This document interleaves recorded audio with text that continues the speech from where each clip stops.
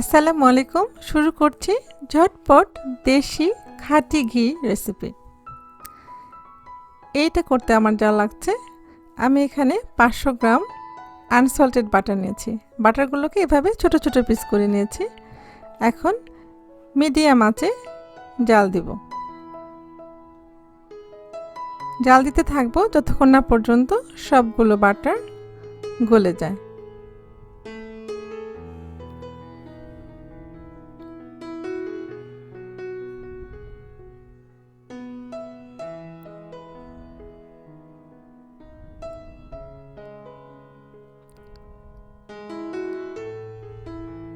তো বাটারগুলো গলে গিয়েছে, আমার সময় লেগেছে 3-4 মিনিট।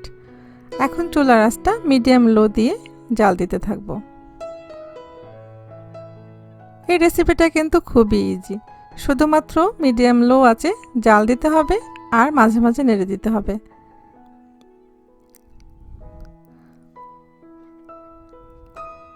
বাটার থেকে তেলগুলো সেপারেট হয়ে যাচ্ছে,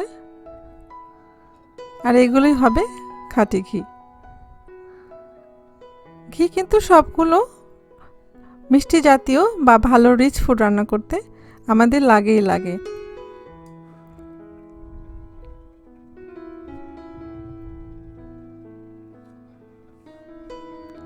তো 10 মিনিট হয়ে গিয়েছে, এরকম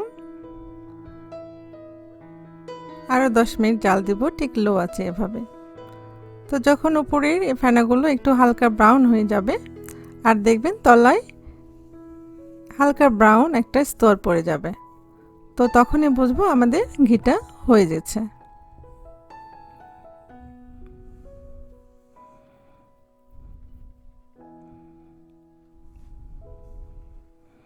খেয়াল রাখতে হবে, অবশ্যই মাঝে মাঝে নেড়ে দিতে হবে।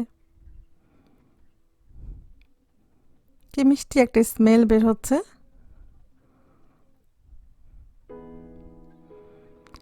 তো 20 মিনিট হয়ে গিয়েছে, আমি এখন 10 মিনিট ঠান্ডা করতে দিব।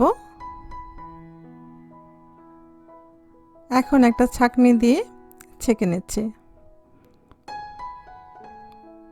খেয়াল রাখতে হবে যেন তলানিগুলো না পড়ে, কারণ তলানিগুলো পড়লে একটু হালকা ব্রাউনিশগুলো ঘির মধ্যে দেখা যাবে, এটা দেখতে ভালো দেখা যায় না।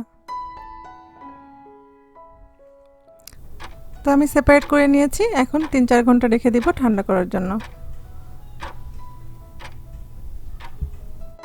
এই তো 3-4 ঘন্টা পরে দেখেন একেবারে খাঁটি ঘিটা রেডি। আপনারা অবশ্যই ট্রাই করবেন। ভালো থাকবেন, আমার চ্যানেলটাকে সাবস্ক্রাইব করবেন। আল্লাহ হাফেজ।